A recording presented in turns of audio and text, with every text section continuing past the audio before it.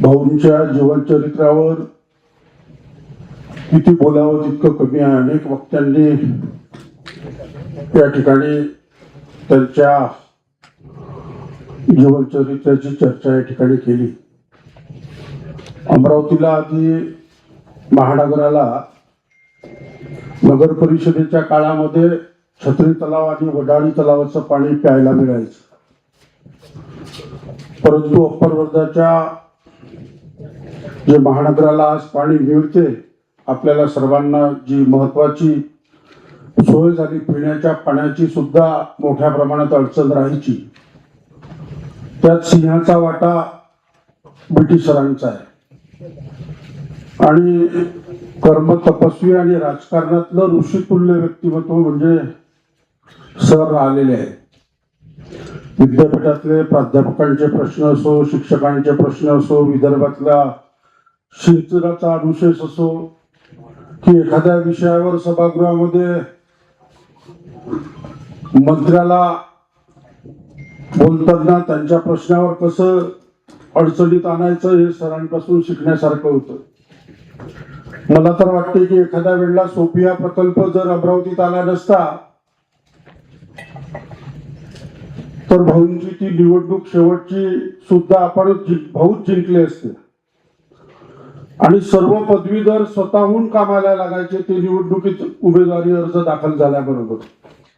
मला नाही वाटत त्यांच्या निवडणुकीत फक्त तेच एक व्यक्तिमत्व असं पाहिलं मी की त्यांच्या निवडणुकीमध्ये उमेदवारी अर्ज दाखल झाल्यावर कोणी पैशाची चर्चा केली असेल म्हणून. आणि आदरणीय फुरके सर भाऊ इथे बसले आहे, सुनील भाऊ, आताच्या निवडणुकीत कशाची चर्चा होते हे बोलण्यासारखं नाही. आणि मी महानगरपालिकेमध्ये आम्ही काम करतो. मिलिंद भाऊ चिमोटे माझ्या मोठ्या भावासारखे आहे. हे खरे शिष्य बीटी सरांचे आहे आणि त्यांचा पूर्ण प्रभाव त्यांच्या वागणुकीमध्ये आहे. आणि त्यांच्या जीवनाचे अनेक दाखले मिलिंद भाऊ आम्हाला सातत्यानं सांगत असतात. आणि विकासाच्या कामाबरोबर आम्ही क्रीडा क्षेत्रात काम करतो, तर सर्व आमदारांकडून त्यावेळेला बीटी सरांकडे आम्ही गेलो आणि सांगितलं की स्थानिक विकास निधी 1 लाख रुपयाच्या राज्यस्तरीय स्पर्धेसाठी मिळतो. बरं, हा नेता असा होता, हे व्यक्तिमत्व असं होतं, काम घेऊन गेले कधीच रागवले नाही कोणा. आता रागवणारच नीती दिसायला लागली. आणि ताबडतोब त्यांनी त्याच दिवशी मला सांगितलं, जितक्या विलास स्पर्धा होतील त्या सगळ्या स्पर्धेला तुम्ही 1 लाख रुपये माझ्याकडून घेऊन जात. आणि स्वतः व्यायाम करायचे, सकाळी 4 वाजता स्विमिंगला जायचे. तर गवई साहेब त्यांच्या आपल्या व्यायाम करण्याने दुसऱ्याला त्रास होऊ नये ही भावना त्यांची, तर सकाळी 4 वाजता म्हणजे ते एकटे स्विमिंग टँक मध्ये HPMच्या राहायचे. हा सुद्धा त्यांच्यापासून घेण्यासारखा आदर्श आहे की आपल्यापासून दुसऱ्याला त्रास होऊ नये.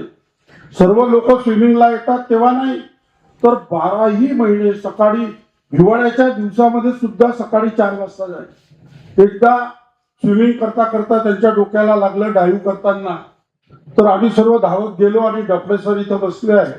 डॉक्टर डफडे त्यांच्या दवाखान्यामध्ये त्यांना ऍडमिट केलं.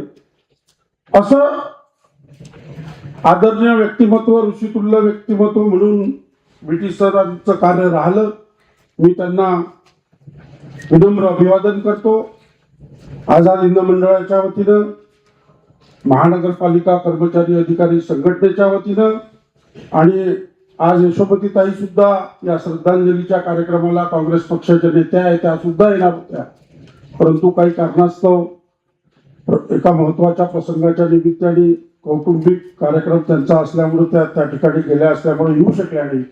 त्यांच्याही वतीनं या ठिकाणी त्यांना भावपूर्ण श्रद्धांजली अर्पण करतो.